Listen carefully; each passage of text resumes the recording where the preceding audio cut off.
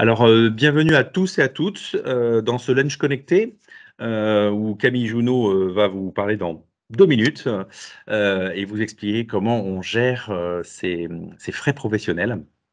Effectivement, parce que tout le monde s'est posé cette question fondamentale, c'est est-ce que ça passe sur la boîte? Voilà, donc petit aparté en préambule, hein. L'association La Mêlée, c'est une association sur l'Occitanie, de professionnels. On est un facilitateur du numérique en fait en Occitanie, donc il y a plein d'avantages d'être adhérent et notamment un avantage que Camille a levé aujourd'hui, c'est de faire ce lunch connecté. Ce lunch connecté, bah, c'est 30 minutes où l'adhérent va parler de son expertise, où il a envie de vous parler d'un de ses produits, enfin, il a envie de parler de ce qu'il veut, en fait, voilà, et vous le transmettre. Et puis surtout, on va échanger ensemble une demi-heure, voilà, tous ensemble. Voilà.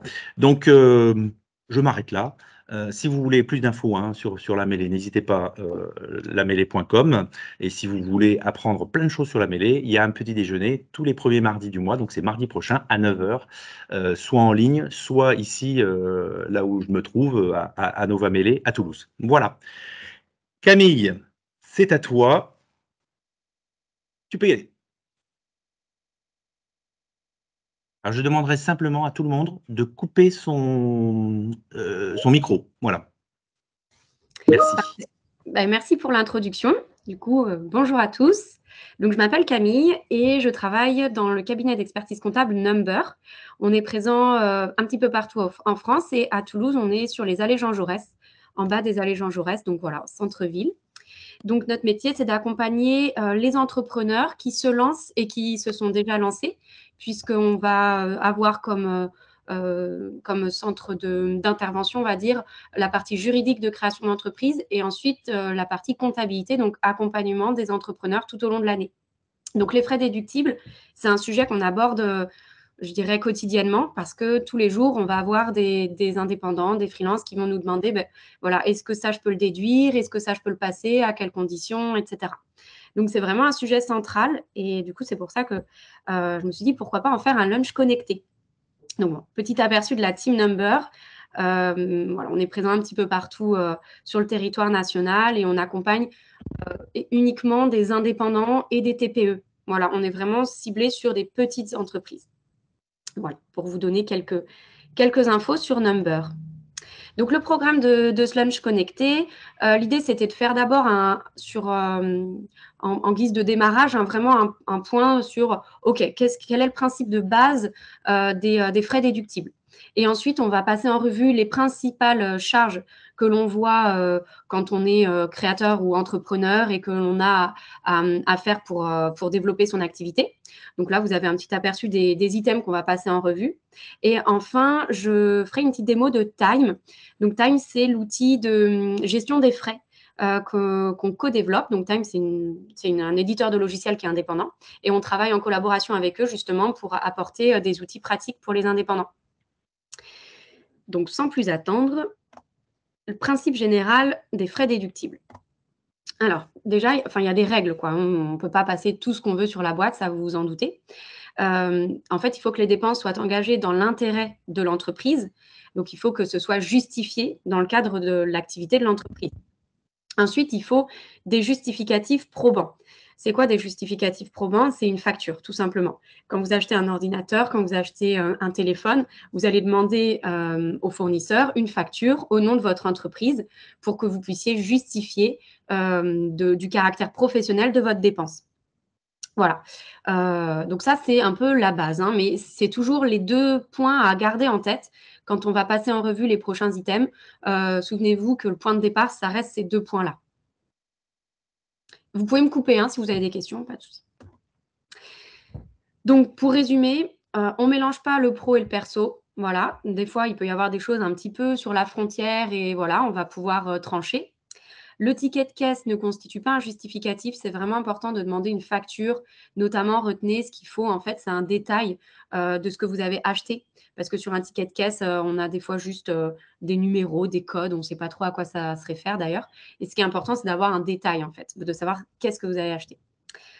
Et ensuite, petite info que je place ici. Peut-être que certains d'entre vous sont en micro-entreprise ou auto-entreprise.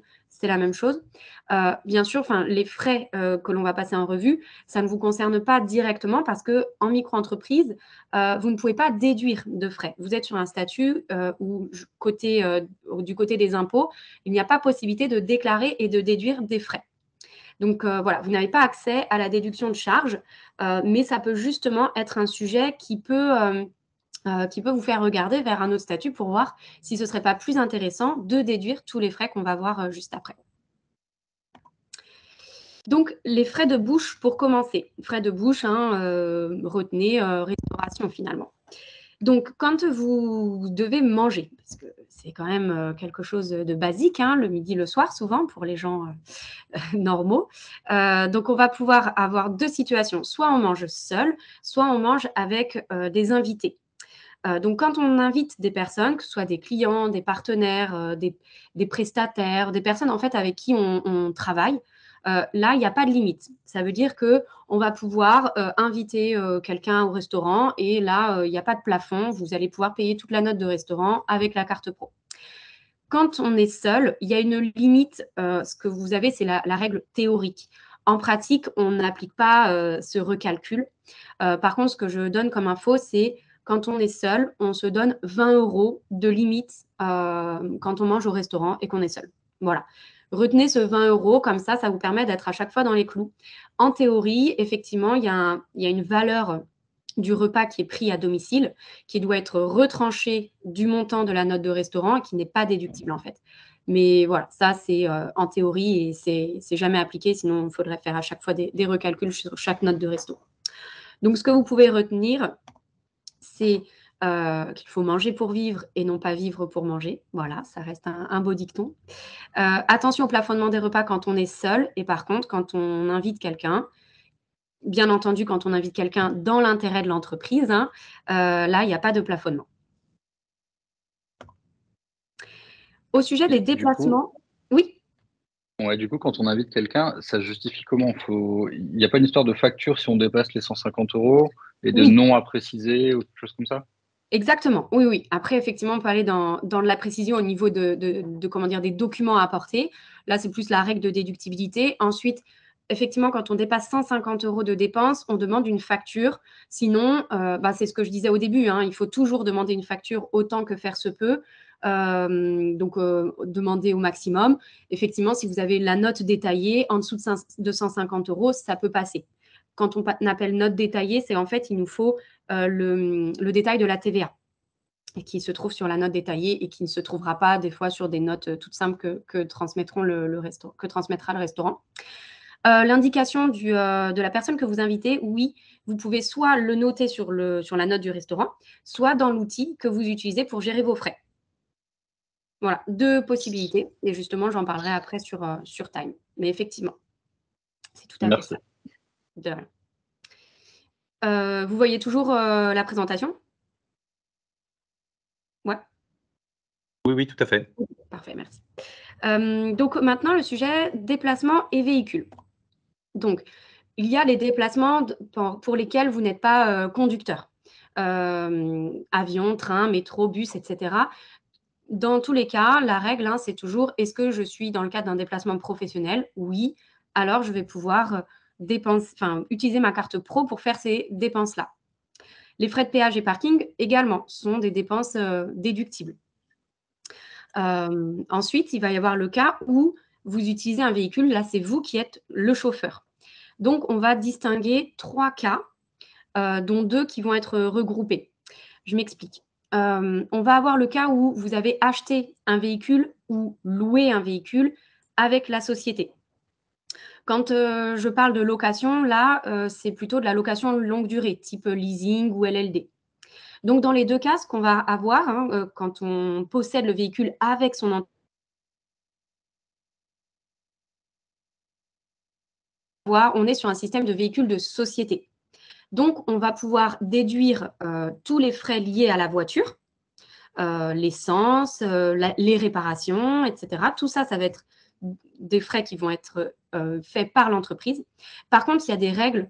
Là, il y a des plafonnements.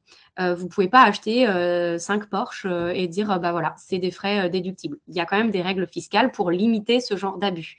Donc, en fonction du taux d'émission de CO2, vous allez avoir des plafonnements, ce qu'on appelle des plafonnements de déductibilité. Vous ne pouvez pas acheter n'importe quel véhicule en disant, voilà, tout va être payé par l'entreprise.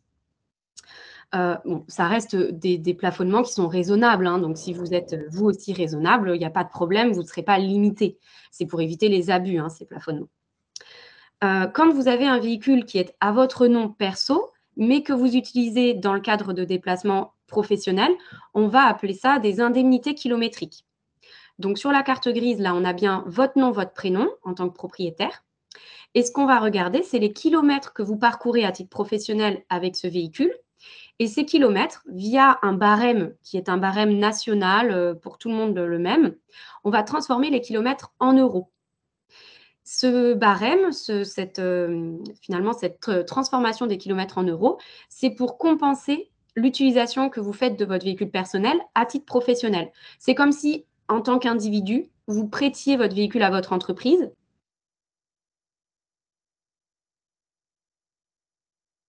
Les frais d'usure, l'assurance. Donc, toutes les dépenses liées au véhicule, vous continuez à les payer avec votre compte personnel parce que le véhicule, il vous appartient à vous personnellement. Mais pour compenser ces dépenses-là, l'entreprise va vous verser des indemnités qu'on appelle indemnités kilométriques parce qu'elles sont calculées en fonction des kilomètres que vous parcourez, donc du nombre de kilomètres à l'année, et en fonction du taux d'émission en fonction de la puissance fiscale de votre véhicule. Voilà, c'est un barème avec un tableau à double entrée. Voilà, donc à retenir sur les déplacements, dès que vous utilisez des transports pour lesquels vous n'êtes pas le chauffeur, conducteur, ça passe sur l'entreprise directement. Si vous utilisez votre véhicule personnel, on passe par le système d'indemnité kilométrique et vous pouvez acheter un véhicule avec votre entreprise. Par contre, attention, faites bien une simulation parce qu'il peut se trouver des fois où finalement la fiscalité n'est pas favorable à l'achat d'un véhicule de société et des fois il est préférable de garder un véhicule à son nom et de faire des indemnités kilométriques. Il n'y a pas de règle, là je ne peux pas vous dire aujourd'hui.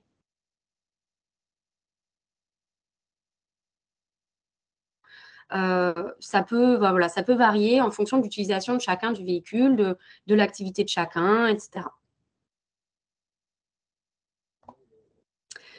Alors maintenant, pour toutes les dépenses qui sont liées à votre siège social et on va dire à tout ce qui est lié, un peu au petit matériel, que vous devez, utiliser dans votre quotidien de chef d'entreprise.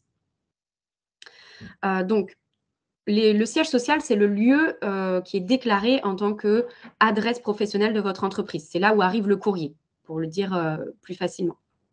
Donc, quand votre siège social est à votre domicile, vous allez pouvoir soit mettre en place un loyer, vous pouvez faire payer un loyer à votre entreprise, ou sinon, vous pouvez le mettre à disposition gratuitement si vous ne voulez pas qu'il y ait de loyer à payer. Voilà.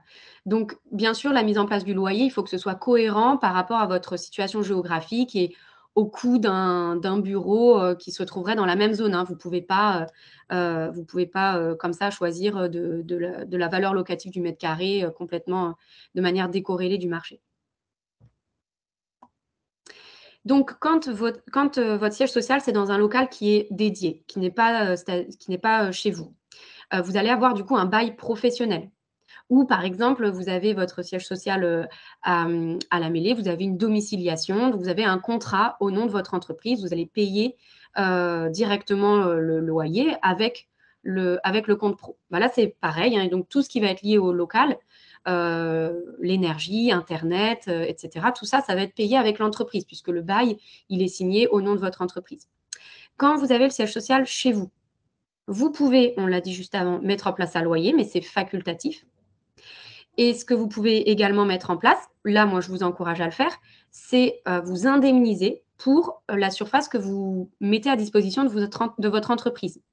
Donc là, c'est le même système que pour la voiture qu'on a évoqué juste avant avec les indemnités kilométriques, sauf qu'au lieu de prêter votre voiture à votre entreprise, vous prêtez des mètres carrés de chez vous à votre entreprise. Donc, à ce titre, vous allez pouvoir refacturer à votre entreprise une quote-part de la facture d'énergie, d'eau, d'internet et de téléphonie fixe, puisque souvent, c'est un package internet-téléphone.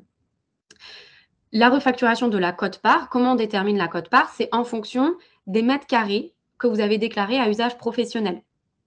Donc, on fait un prorata tout simplement, hein. Si chez vous, ça fait 100 mètres carrés et que vous avez déclaré 10 mètres carrés à titre pro, ben, on va prendre 10% de votre facture d'électricité et ces 10%, l'entreprise va vous les rembourser. Donc, ça va être un virement du compte pro vers le compte perso. Et ça, ce sont des charges déductibles au titre du siège social qui se trouve à votre domicile. Voilà.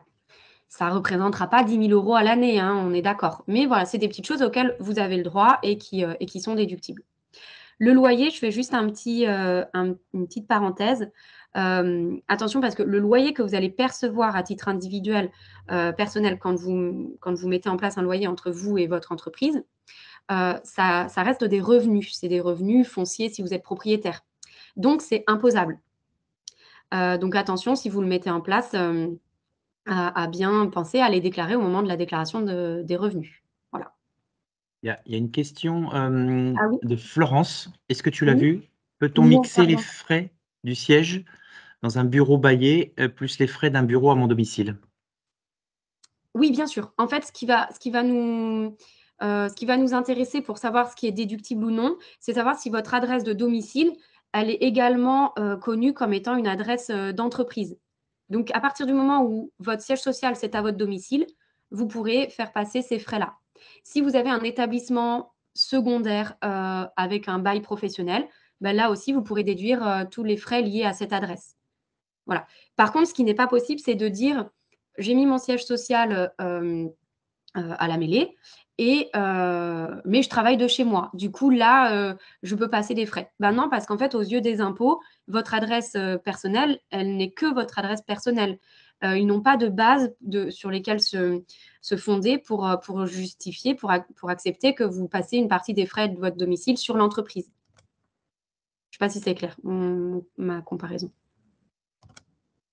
Et Florence, continue sa question. Ouais. Et si j'ajoute un établissement secondaire pour mon bureau à domicile? Hem, c'est possible. Souvent, on le fait dans l'autre sens. Souvent, c'est le siège social qui est au domicile et on a un bureau secondaire, ailleurs. Mais pourquoi pas, hein? Pourquoi pas faire dans ce sens-là?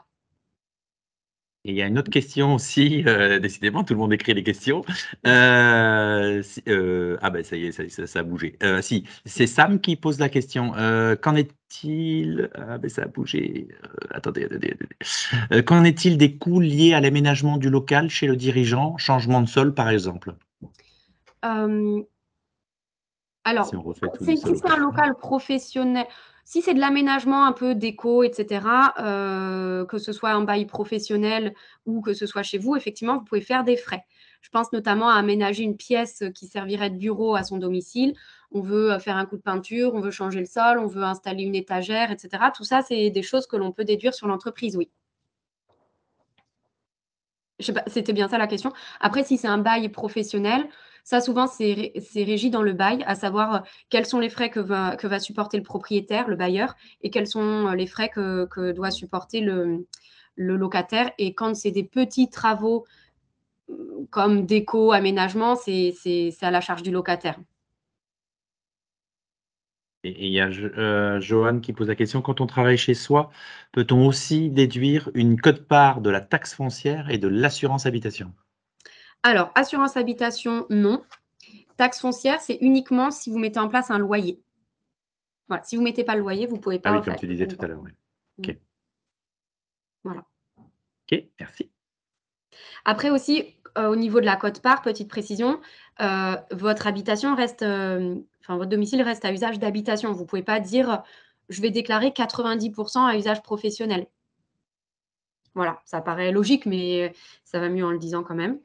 Donc voilà, vous ne pouvez pas dire: «Ben, pour pouvoir passer toute ma facture d'électricité sur mon entreprise, je vais dire que j'utilise 90 à titre pro comme ça». Voilà, ça, ce ne sera pas possible parce que ça reste, principalement une habitation chez vous.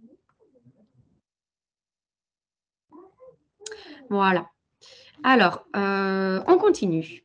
Donc là, c'est ce qu'on on abordait juste avant au niveau des petits travaux de déco, mobilier et cetera. Donc là, vous pouvez passer du mobilier, vous pouvez passer, voilà, votre bureau, tout ce qui va être lié, en fait, à votre bureau. votre espace de travail, en fait. Bon, l'abonnement à la chaîne de streaming, c'est une petite blague, hein, bien sûr, vous avez compris. C'est un petit peu pour reprendre les bases qu'on a vues au tout début. Il faut toujours être sûr que c'est en lien avec votre activité professionnelle. Donc là, Netflix, Prime, voilà, pour ne pas les citer, ça va être compliqué à justifier. Voilà. Et donc, du coup, l'assurance habitation, voilà, la question était posée, mais vous aviez aussi la réponse sur cette slide. Donc, bien s'assurer que le siège social, c'est à son domicile avant de regarder tous ces frais-là que l'on peut passer. Comme je ne sais plus qui a posé la question, Laurence, je crois. Effectivement, c'est le point de départ. Rien d'anormal à constater un loyer, tant qu'il est dans la norme des loyers fixés dans votre zone géographique. Voilà, la société ne doit pas être défavorisée parce qu'elle est hébergée par son dirigeant. Ça veut dire elle ne peut pas supporter un loyer hyper important ou payer toutes les factures d'énergie, alors que si le siège social avait été dans un autre lieu, ça n'aurait pas été le cas. Voilà. Alors ensuite, une petite partie sur les cadeaux aux partenaires. Donc les cadeaux aux partenaires, c'est un petit peu comme le resto. Il faut effectivement suivre à qui on fait les cadeaux. Donc, quand on offre, ça peut être une boîte de chocolat, une bouteille de champagne, c'est un petit peu les classiques que l'on voit en fin d'année. Mais vous pouvez innover, hein, vous pouvez trouver d'autres types de cadeaux. Il faut bien indiquer et suivre un fichier à qui on fait les cadeaux en cas de contrôle fiscal. Ce sera important de bien montrer que voilà, on a ce suivi-là et que les cadeaux, finalement, ce n'est pas des cadeaux à nous-mêmes. Voilà. Ces cadeaux sont déductibles tant qu'il y a une contrepartie, parce qu'un cadeau n'est pas un don. Donc, on fait un cadeau à un partenaire, à un client, à un fournisseur, enfin, peu importe, parce qu'en retour, on a bénéficié de quelque chose. Ce n'est pas forcément un chiffre d'affaires qu'on attend en retour. Ça peut être, voilà, quelqu'un vous a présenté à quelqu'un qui vous a amené à une mission. Ça peut être quelque chose de, comment dire, d'immatériel et non financier, mais il faut quand même pouvoir expliquer pourquoi on a fait un cadeau à quelqu'un. Donc voilà, il n'y a pas de limite, c'est-à-dire, il n'y a pas une règle qui dit: «Vous ne pouvez pas faire des cadeaux de plus de 150 €». Voilà, ça n'existe pas. Par contre, il faut que ce soit cohérent par rapport à ce qu'on vous a, par rapport à la contrepartie. Si vous avez bénéficié d'un chiffre d'affaires de 1 000 €, voilà, grâce à quelqu'un, vous n'allez pas lui faire un cadeau, de 850 €. Voilà, sinon, on ne comprend pas bien votre gestion d'entreprise.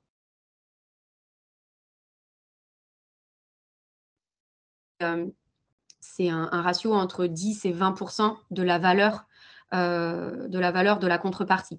Là où c'est un peu plus compliqué, c'est quand, voilà, quand on vous a présenté à quelqu'un, quand on vous a ouvert telle porte d'entreprise, etc., pour vous faciliter votre développement. Là, c'est un peu plus compliqué à chiffrer, mais voilà, on reste raisonnable.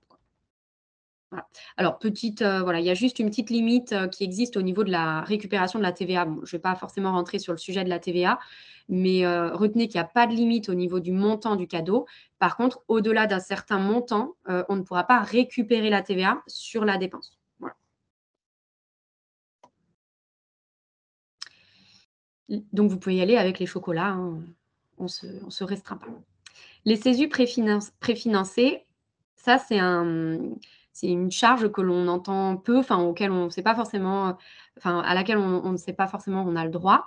Vous connaissez peut-être les CESU, chèque emploi service universel, parce qu'on peut aussi y accéder à titre personnel. Mais une entreprise peut également commander des CESU préfinancés. J'insiste bien, il faut que ce soit des préfinancés. Vous avez le droit d'acheter jusqu'à 1 830 € de CESU préfinancés, donc par individu, c'est-à-dire dirigeant salarié. Donc, si vous avez des salariés, vous ne pouvez pas dire je les prends que pour moi et je ne les prends pas pour les salariés. Il faut que ce soit tout le monde logé à la même enseigne. Donc ça, c'est important aussi. Et donc 1830, c'est le plafonnement. Donc, quand vous commandez des CESU préfinancés, voilà comment ça se passe. C'est votre entreprise qui achète les CESU auprès d'un organisme. Et ensuite, les CESU sont remis aux dirigeants, aux salariés, etc. Et c'est ensuite le dirigeant, le salarié, qui s'en sert pour des besoins personnels. Donc, l'intérêt, en fait, du CESU préfinancé dans ce fonctionnement-là, c'est que c'est la société qui achète, donc ça fait une charge sur l'entreprise. quand on fait des charges sur les entreprises, j'aurais dû le dire au début, ça fait baisser la base imposable.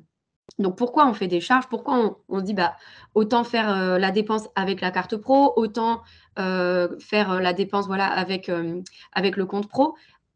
Tout ça, ça a un but, c'est qu'au final, la base sur laquelle vous serez imposé, elle va être diminuée grâce à toutes ces charges qui auront été déduites de votre chiffre d'affaires.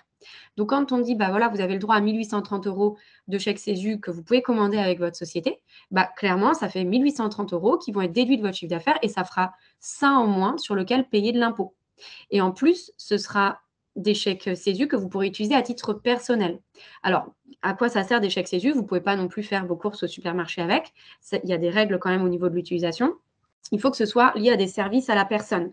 Donc, ça va être des emplois à domicile. Aide ménagère, jardinage, garde d'enfants, cours à domicile. Il y a beaucoup de services comme ça qui rentrent dans ce scope-là. Et donc, ça peut être très pratique pour, si vous avez des besoins, au lieu de le payer personnellement, ça peut être financé par votre entreprise.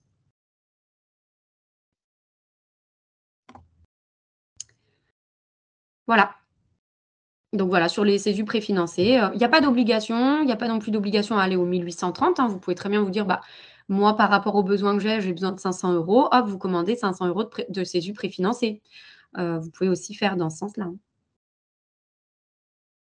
Voilà. Et comme le CESU préfinancé, il est acheté par l'entreprise, le crédit d'impôt, il se trouve sur l'entreprise et non pas sur votre impôt personnel. Voilà, ça c'est important. C'est qui paye bénéficie du crédit d'impôt.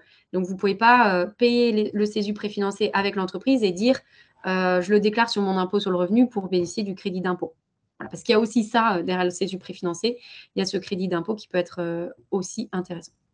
Alors, Je crois qu'il y a quelqu'un qui s'apprêtait à poser une question. oui, c'est Mounir. Mounir qui pose une question, est-ce que c'est possible d'avoir des chèques CESU même si on n'a pas de salarié? Et par exemple, il dit que si on est dirigeant non salarié. Oui, tout à fait. Tout à fait. C'est possible. Oui, complètement. La seule vigilance à avoir, c'est si on a des salariés, il faut bien penser à leur proposer. Bel avantage ça. Et il y a Sam mais je pense que je vais pouvoir lui répondre. La crèche de ma fille accepte les CESU, je peux donc les utiliser? On peut lui répondre oui. Oui, tout à fait. Oui, voilà. Ça peut servir à ça. Il y a d'autres questions pour les salariés, c'est considéré comme un avantage? C'est un cadeau? C'est pas un avantage en nature tant que justement, si on dépasse 1 830, ça devient un avantage en nature en fait. Donc c'est pour ça qu'on a ce plafonnement. En vrai, vous pouvez acheter 2 000 € de CESU préfinancés, mais ils seront soumis du coup à cotisation sociale si ça dépasse. Donc c'est pour ça qu'on donne la limite de 1 830. Une question de Johan. Oui, mais du coup, le crédit d'impôt peut bénéficier à l'entreprise sur l'IS? Oui. Mais par contre, il est de 25 % au lieu de 50 % à l'IR. Voilà. Mais il y a effectivement un crédit d'impôt. Alors, est-ce qu'on a passé cette phase, Camille? Est-ce que tu devais faire alors, nous sommes exactement à 12h35. Voilà. Donc, ça fait une demi-heure que nous sommes en ligne. On a commencé pas tout à fait à midi, pour moi. Oui. Ah non, c'est pour ça que je te dis, voilà, 30 minutes, impeccable. Je rigole, ouais.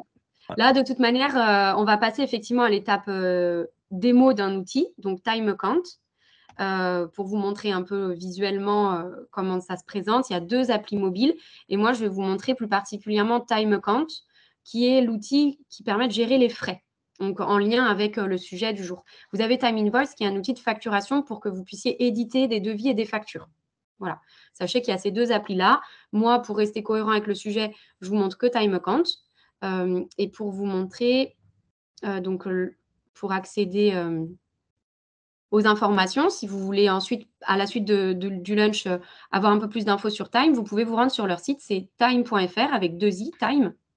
Je vais vous l'écrire là, dans le chat.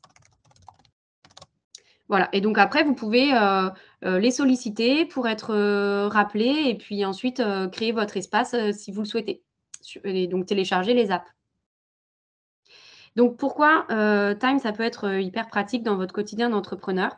Parce que comme je vous ai dit, donc c'est un outil de gestion de factures, enfin de frais. souvent le point noir en fait dans la gestion de sa compta, de son administratif, c'est le papier. Il faut stocker le papier, il faut le déposer chez le comptable, il faut l'envoyer par la poste, il y a une jet mail, il faut le scanner, etc. Enfin, voilà, chacun y va de son fonctionnement, mais en tout cas, à chaque fois, le papier reste un peu la bête noire. Donc, Time, c'est un outil qui permet de tout stocker depuis votre téléphone. Alors, bougez pas. J'arrive avec mon petit écran de téléphone pour vous montrer ça. Hop.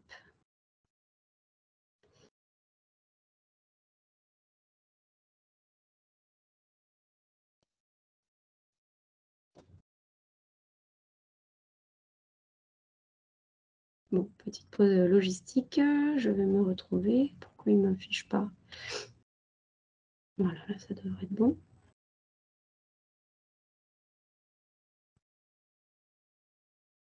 Voilà. Voilà, donc là, vous êtes sur... donc, je suis ressortie pour vous montrer. Donc, Time Account, ça se présente comme ça. Donc, c'est un outil sur lequel vous allez pouvoir stocker vos justificatifs d'achat, donc vos factures, en les prenant tout simplement en photo. Donc, il n'y a pas que la prise de photo, parce que bien sûr, si vous recevez une facture par mail parce que vous avez fait un achat en ligne, bien entendu, vous n'allez pas imprimer la facture pour la prendre en photo. Vous pourrez faire un glisser-déposer depuis la plateforme web, parce que Time, c'est aussi présent sur le web, pas que sur appli mobile. Donc, on va avoir ici le symbole de l'appareil photo au milieu de la page, de la barre de menu. Hop, je clique dessus. Et donc là, vous voyez, je suis sur mon appareil photo. Je vais prendre la photo de ma facture Orange, comme vous le voyez.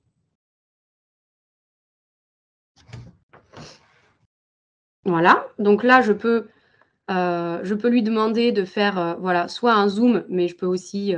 bon, j'ai mon câble qui traîne, mais ça ne va pas être gênant.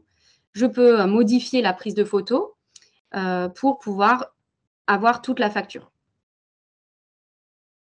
Voilà. Je valide.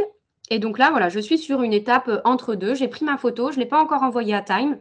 Je vais pouvoir cliquer ensuite sur Envoyer ici. Et ensuite, dans la partie Documents, qui se trouve juste à droite de l'appareil photo, j'ai mon document ici qui est en cours d'analyse. On a le petit symbole du chronomètre qui m'indique que Time est en train de l'analyser. Et vous voyez, je viens à l'instant de prendre la photo avec vous. Et en fait, Time a déjà reconnu la date, le montant de TVA et le montant TTC. Donc, en fait, l'avantage, il est double, voire, en tout cas, là, j'en ai deux en tête. Peut-être que j'en trouverai après. Donc, déjà, l'avantage, c'est que vous pouvez stocker vos documents de manière numérique parce qu'une fois que la facture est stockée sur Time, elle a ce qu'on appelle une valeur probante en cas de contrôle fiscal. On ne va pas vous demander de ressortir le papier. Tout ce qui est sur Time aura une valeur originale. Donc, déjà, ça, c'est pratique. On n'a plus à se dire, il faut que je garde mes petits papiers pendant 5 ans, etc. Deuxième avantage, c'est que vous avez une reconnaissance, donc ce qu'on appelle une ossérisation du document. Donc, on va récolter toutes ces informations. Et ensuite, on va avoir un match qui va se faire par Time entre le document et ma transaction bancaire qui correspond. Parce que sur Time, en plus de stocker mes documents, j'ai aussi accès aux transactions bancaires de mon compte pro parce qu'il y a un lien entre mon compte pro et Time. Donc, en fait, Time va faire se rencontrer le document avec la transaction bancaire grâce à la reconnaissance du document. Donc, ça vous fait gagner du temps sur toute cette gestion-là. Vous n'avez pas à imprimer votre relevé bancaire, à pointer, etc. Tout ça, ça se fait automatiquement par l'outil et la sauvegarde est numérique et a une valeur probante. Alors, là, j'ai accès au chat. Tout à l'heure, j'étais sur la présentation, donc je n'avais pas trop accès au Teams. Mais alors, du coup, je vois la question de Florence. Pour les justificatifs, faut-il demander une facture pour un paquet de café? C'est assez lourd. Oui, alors effectivement, sur les petites dépenses comme ça, Florence, ça va passer. Là, oui, vous prenez un exemple où typiquement, ça va passer. On peut garder le même montant que pour le restaurant, c'est-à-dire en dessous de 150 €, le ticket de caisse peut passer, mais bien faire attention à ce qu'il y ait le détail et la TVA, donc surtout pas le ticket de CB. C'est toléré en fait, c'est le terme qu'on va voir, mais voilà, tout le monde fait comme ça, donc bien sûr. Voilà. Donc ensuite, dans l'espace document, vous avez vu, il y a plusieurs espaces. Donc justificatif, ça va être toutes les photos que j'ai prises de mes factures. Donc vous voyez ici, j'étais à Intermarché. Donc vous voyez, Florence, comme vous l'avez suggéré, je n'ai pas, bon là, ça ne va pas, c'est mon ticket, de CB. Donc là, c'est pas bien. Là, la Fnac, voilà, là, vous voyez, j'ai un ticket, avec le détail et la TVA. Donc, voilà, là, typiquement, c'est le genre de comment dire? De justificatif qui suffit. Vous voyez, mes photos, elles ne sont pas, c'est pas des photos non plus, qui demandent une extrême, enfin, une belle présentation, d'une extrême qualité. Ça suffit pour l'outil pour qu'il reconnaisse toutes les informations. Voilà. Donc là, dans le justificatif, c'est toutes mes dépenses qui sont liées à mon compte professionnel. Et donc, le petit trombone que vous avez en bout de ligne symbolise le lien avec une transaction bancaire. Si je prends celui-ci, voilà, j'ai ici une transaction qui est liée. Donc, mon justificatif est bien relié à une transaction bancaire. L'espace juste en dessous, frais avancés, c'est pour toutes les dépenses que vous auriez faites avec votre compte personnel. Par exemple, vous êtes à la caisse, vous avez oublié votre carte pro. Ça ne veut pas dire que c'est mort, vous ne pourrez pas déduire la dépense. Il va falloir juste bien ajouter le document sur Time dans cet espace-là. Et comme ça, on saura que c'est une dépense que vous avez payée avec le compte perso, sous-entendu que votre entreprise doit vous rembourser. Voilà.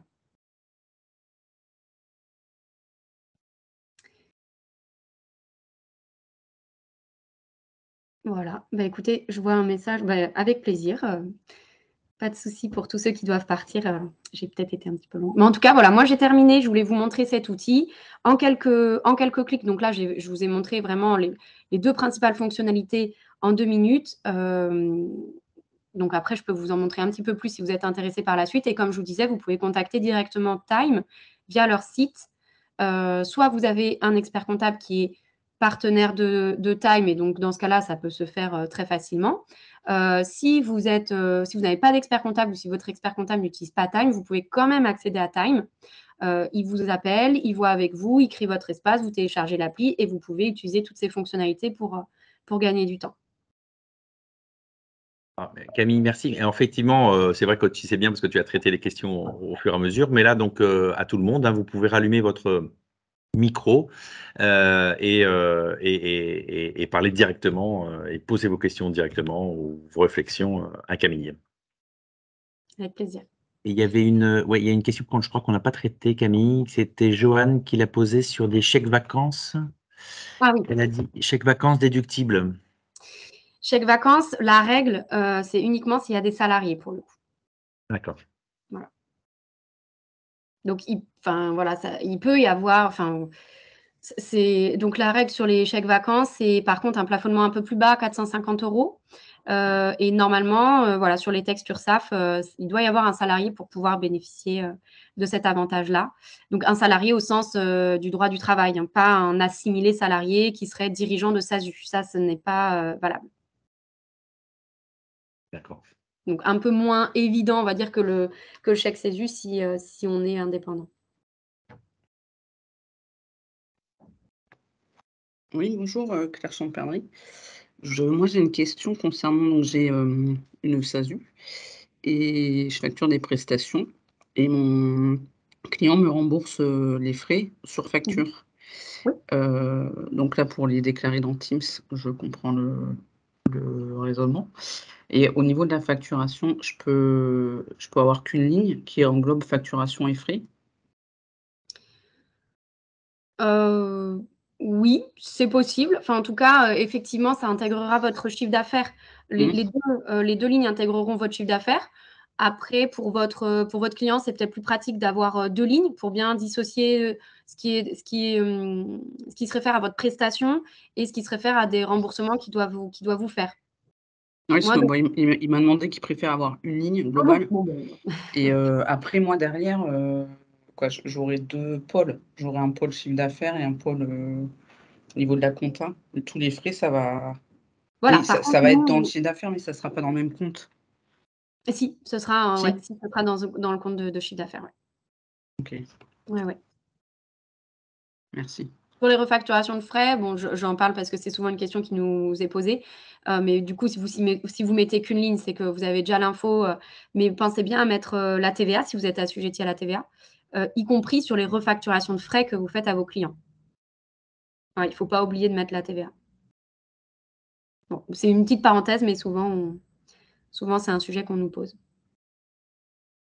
Estelle t'a posé une question. Où peut-on se procurer les CESU préfinancés? Ah oui, alors là, il y a plusieurs organismes. Il y a, de mémoire, celui qu'on conseille pas mal, c'est UPCO. Attendez, je vous retrouve ça. Il y en a plusieurs, hein. Si vous tapez CESU préfinancé dans votre moteur de recherche, vous allez en avoir pas mal. C'est UpCoop, voilà, UpCoop. Mais il y en a plusieurs, hein. Voilà, typiquement celui-ci.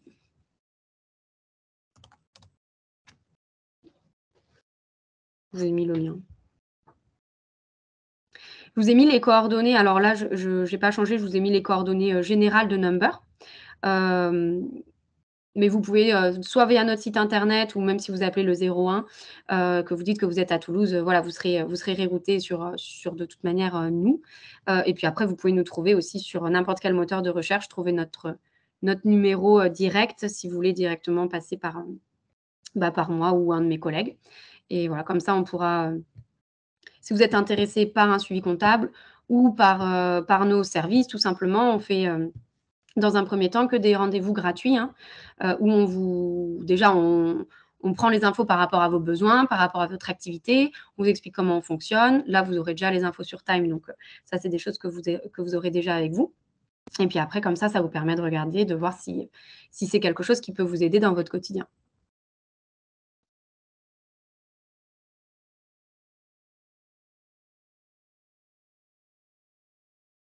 Est-ce qu'il y a une question ou des remarques?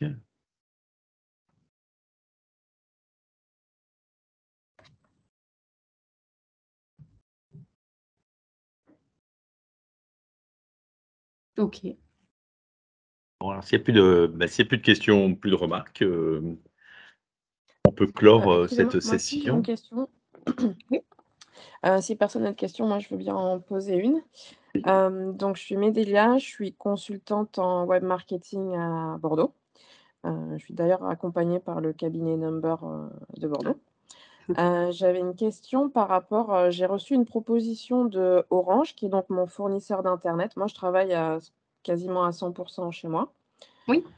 J'ai reçu une offre puisque j'ai immatriculé ma société, à la fin de l'année dernière et ils m'ont fait une offre pour passer en pro Oui. et du coup, je voulais savoir si c'était intéressant pour moi. Là, pour l'instant, j'ai un système avec des charges mixtes, où je Voilà. déclare, ce que je paye, et là, l'offre pro est plus intéressante pour moi, sachant que je l'utiliserai, quand même, on va dire à peu près de 9 h à 18 h, mais après je l'utiliserai quand même en personnel puisque c'est chez moi. Oui. Alors ça, c'est pas gênant. Même s'il y a une part de l'utilisation qui est faite à titre personnel, on va pas recalculer. À partir du moment où le contrat, il est au nom professionnel, ça passera 100 % sur les frais professionnels. OK, Voilà, on d'accord. va pas venir, calculer, l'équivalent des soirées, des week-ends sur lesquels vous pourriez avoir un usage personnel. On n'ira pas jusque-là. D'accord. OK. Bon, Oui, c'est ça donc ma là, ça question. peut être intéressant effectivement de passer sur un pro, ouais. OK, Le d'accord. téléphone portable, c'est pas enfin, ça peut être intéressant, mais souvent les prix sont quand même beaucoup plus élevés. Quand on sait qu'en perso, enfin en particulier, des fois, on a accès à des forfaits à 2 €, 5 €, bon voilà. Ça, c'est impossible en pro. Donc des fois, pour le mobile, c'est pas, forcément intéressant, bon, même si on reste sur des petits montants, hein. Mais sur internet, c'est vrai que souvent les packs sont plus intéressants. OK, merci beaucoup. De rien. Bonjour, bonjour Gilles. J'ai une question sur, on entend parfois parler de frais de représentation et ça n'a pas été évoqué aujourd'hui, mais parce que je pense que c'est un peu anecdotique. Mais est-ce que ça reste une pratique, et qu'est-ce que ça recouvre précisément?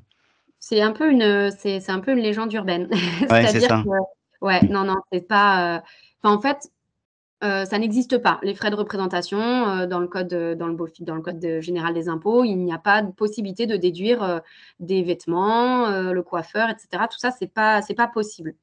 Après, en fait, il y a toujours la pratique, c'est-à-dire que le responsable de la comptabilité qui est faite in fine, ça reste le chef d'entreprise. L'expert comptable peut dire, ben non, là, attention, c'est pas déductible. Mais si le chef d'entreprise nous dit, mais moi je veux le déduire, bon, bah, nous on se couvre, hein, on dit, on a informé le chef d'entreprise que c'était pas déductible, il souhaite quand même le passer sur l'entreprise, bon, voilà, nous on n'est pas les impôts, nous, donc voilà. S'il y a un contrôle fiscal, par contre, ce sera de manière certaine, oui, ce sera pénalisé parce que c'est pas quelque chose qui est déductible, hein, les vêtements, sauf si on est dans le cadre d'une activité où ça se justifie. Moi, j'ai eu le cas une fois, c'était des personnes qui créaient une marque de t-shirts. Ils devaient faire des photos. Bon, bah forcément, les personnes qu'ils allaient prendre en photo, il fallait aussi qu'ils aient un short, quoi, parce qu'ils n'allaient pas prendre que le t-shirt en photo. Donc oui, là, ils ont acheté 3-4 shorts pour faire le shooting photo. Donc, tant que c'est justifié et que voilà, il y a un lien vraiment direct avec l'activité professionnelle, c'est OK. Mais le costume ou la paire de chaussures parce qu'il faut être bien habillé dans le cadre de notre activité professionnelle, ça c'est pas une justification parce que tout le monde doit être bien habillé dans le cadre de son activité professionnelle, y compris des salariés. Donc, il n'y a pas de raison que ce soit déduit pour les indépendants. Donc, ouais, ça, c'est un peu une légende urbaine, effectivement. Frais de Bon, bah, voilà, représentation. comme ça tout le monde est au Ouais, niveau. Voilà, ouais, merci beaucoup. de rien.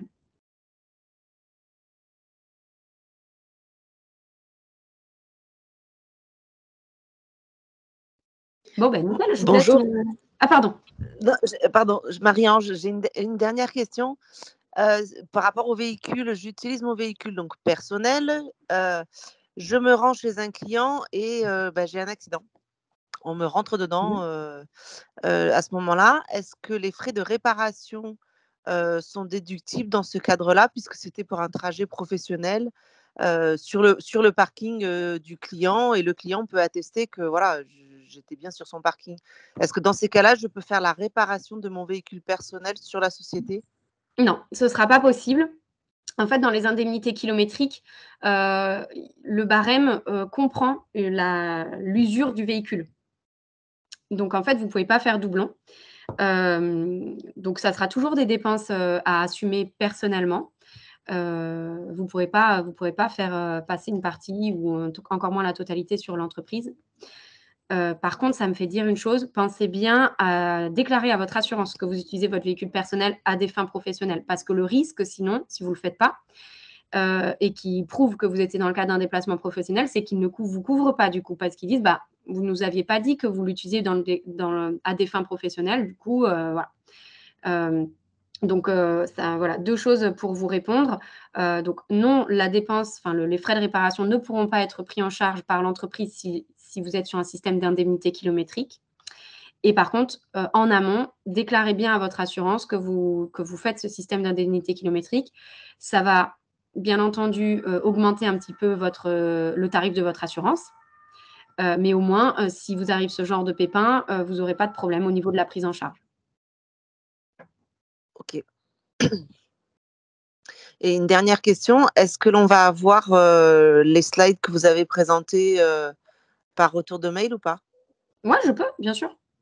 Je peux te les envoyer, Nicolas, ou bien si moi, après, j'ai le listing des personnes, je peux vous les envoyer directement. Ouais, OK, on va faire comme ça.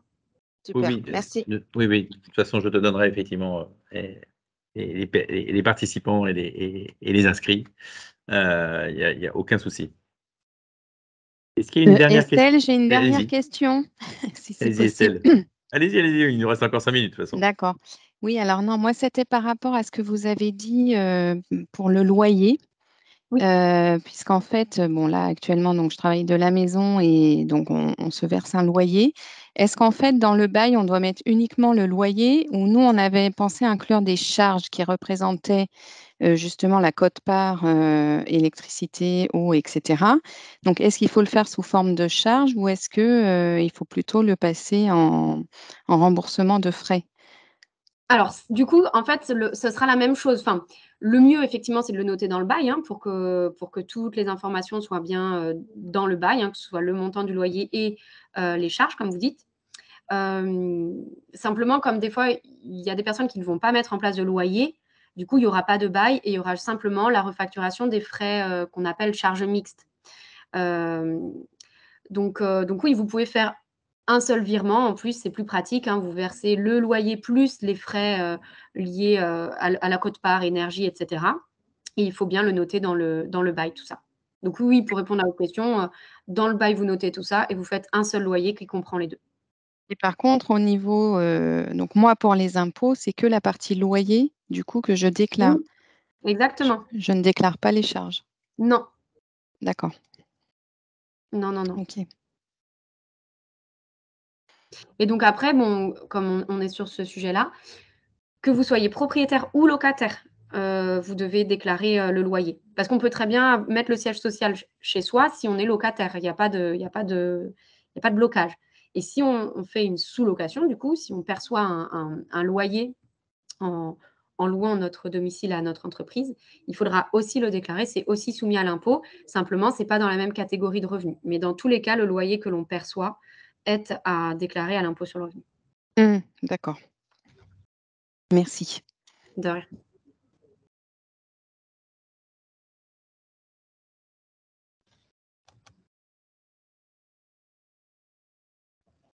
Dernière question.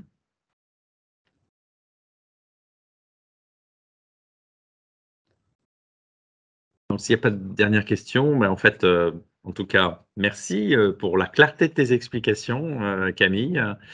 Merci à vous toutes et vous tous. Et puis donc, comme je le disais ou j'ai écrit au tout début, dès que ce replay est en ligne, donc d'ici quelques jours, on vous le notifiera. Voilà. Super. Bonne journée à tout le monde. Oui, Camille, le mot de la fin. Je demandais si je pouvais faire une petite photo. Il y a Jean-Luc qui apparaît sur mon écran. Je voulais savoir si Jean-Luc, ça vous dérangeait. Je peux. Ça va, ok. Je fais une petite photo, je mettrai sur les réseaux comme ça. Merci à tous en tout cas pour vos questions. Merci encore à toi.